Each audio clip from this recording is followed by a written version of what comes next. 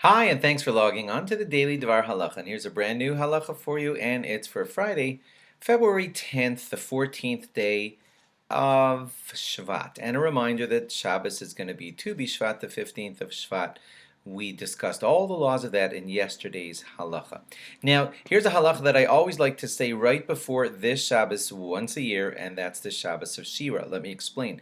This Shabbos, we're going to read Parsha Beshalach. It has in it the story of Az Yashir. That's when the Jewish people sang after the sea was split and the Egyptians were taken care of by Hashem, and the Jews walked up freely onto dry land. That's called the Shabbos of Shira because the Jews sang Az Yashir, that special song, and it's recorded in this week's Parsha. Well, there's a special custom that goes along with Shabbos Shira, and two special reasons for the custom. The custom is that some people like to put out crumbs for the birds for Shabbos Shira. I just want to say halachically that it's best to take care of this before Shabbos, because on Shabbos you're not allowed to really be feeding animals that don't rely on you for food.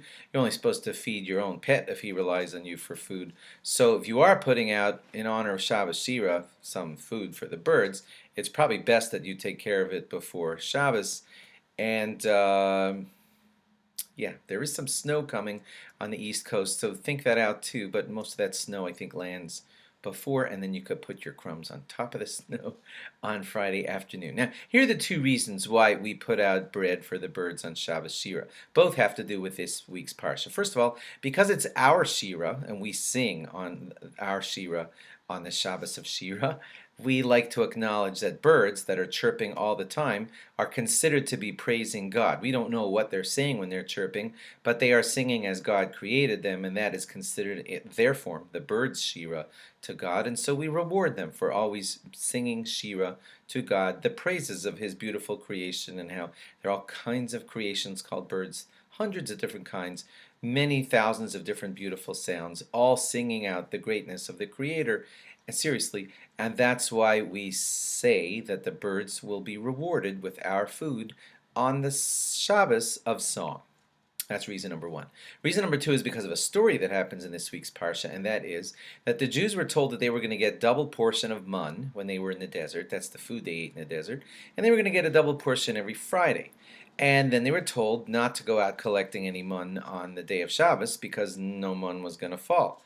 There were a couple of bad people who put out mun on purpose Friday night, thinking that it would make Moshe look bad. Moshe had announced that no mun was going to fall on Shabbos, and they were going to have a good laugh saying, ha, look, there's mun all over the place.